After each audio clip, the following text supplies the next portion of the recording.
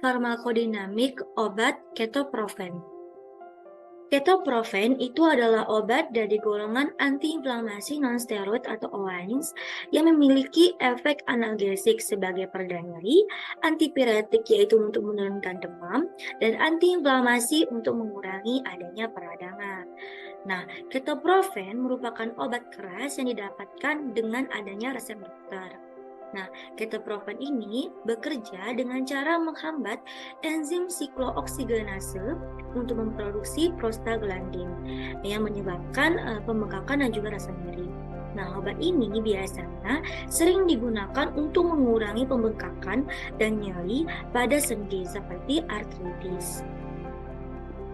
Selanjutnya, farmakodinamik dari ketoprofen.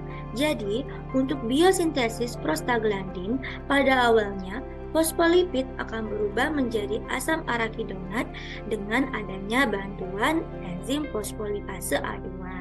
Nah, di mana enzim ini akan berada dalam jumlah yang sangat besar oleh adanya kerusakan pada membran sel. Nah, selanjutnya, asam arakidonat ini akan berubah menjadi prostaglandin endoperoksida atau disebut juga sebagai PGG2 yang merupakan zat awal pembentukan semua prostaglandin dengan adanya bantuan enzim siklooksigenase. Nah, selanjutnya PGG2 ini akan berubah menjadi PGH2 dengan adanya bantuan enzim peroksidase.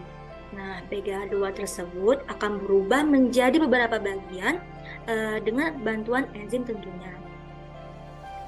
Yang pertama, PGH2 akan menjadi PGE2 di mana berubah dengan bantuan enzim PGE sintase. Nah, PGE2 ini akan berperan untuk menyebabkan demam, nyeri, dan adanya kontraksi. Yang kedua, PGH2 juga akan berubah menjadi PGD2 dengan bantuan enzim PGD sintase.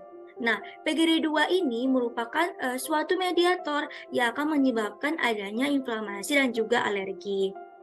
Yang ketiga, PGH2 juga akan berubah menjadi tromboksan A2 atau biasa disebut sebagai TXA dengan adanya bantuan enzim TXA sintase, di mana tromboksan A2 ini akan berfungsi sebagai vasokonstriksi atau terjadinya pengecilan pembuluh darah dan adanya agregasi trombosit, yaitu adanya pembekuan darah.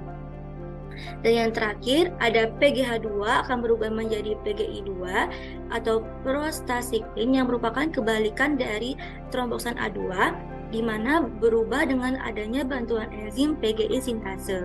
Nah, PGI2 ini akan berperan dalam menghambat terjadinya agregasi trombosit dan terjadinya vasodilator atau adanya pelebaran pembuluh darah akibat adanya relaksasi otot polos.